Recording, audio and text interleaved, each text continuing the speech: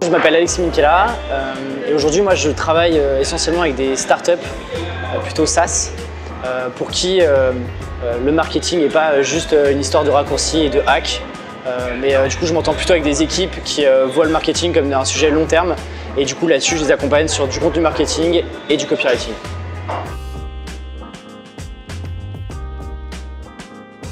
Je me suis lancé en freelance pour...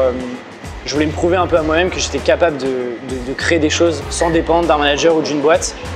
Et ça, c'était la première raison, au-delà de gagner plus d'argent ou être un peu plus libre. J'aime bien cette notion d'artisan freelance, de faire des choses soi-même et de les vendre et de créer de la valeur pour des entreprises.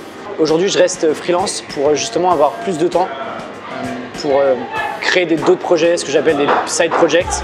C'est notamment le cas avec le podcast que j'ai lancé qui s'appelle Tribu Indé. Et si j'avais pas été freelance, j'aurais pas pu prendre le temps de travailler ces projets-là, d'organiser mon temps comme je veux et d'accepter plus ou moins de missions suivant la disponibilité que j'avais.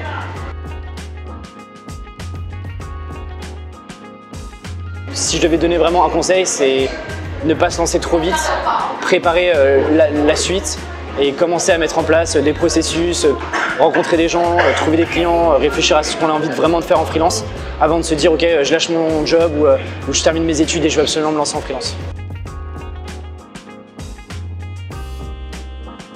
L'objectif principal, c'est de déconstruire les mythes autour du freelancing. D'un côté, cette précarité qu'on entend, où c'est compliqué d'avoir des revenus stables, de gagner sa vie. Et puis de l'autre, tout ce qu'on entend autour du digital nomadisme, du fait de travailler sur une plage à Bali avec son ordinateur sur les genoux. C'est pas la réalité, il y a 90% des freelances qui travaillent de chez eux, dans des coworking et qui mettent de l'intensité dans ce qu'ils font.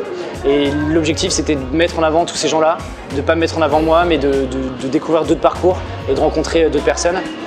Par rapport à d'autres podcasts, ce podcast-là, je le veux à la fois inspirationnel, mais assez pratico-pratique. Je le voulais vraiment pratique et actionnable, et c'est ce que j'essaye de faire, de poser des questions et d'aller chercher au fond les informations pour vraiment en tirer de la valeur pour chacun, quel que soit son niveau de maturité en freelance, qu'on soit jeune freelance ou qu'on soit un peu plus expert et qu'on se pose des questions sur comment scale mon activité ou comment je mets en place des premiers processus.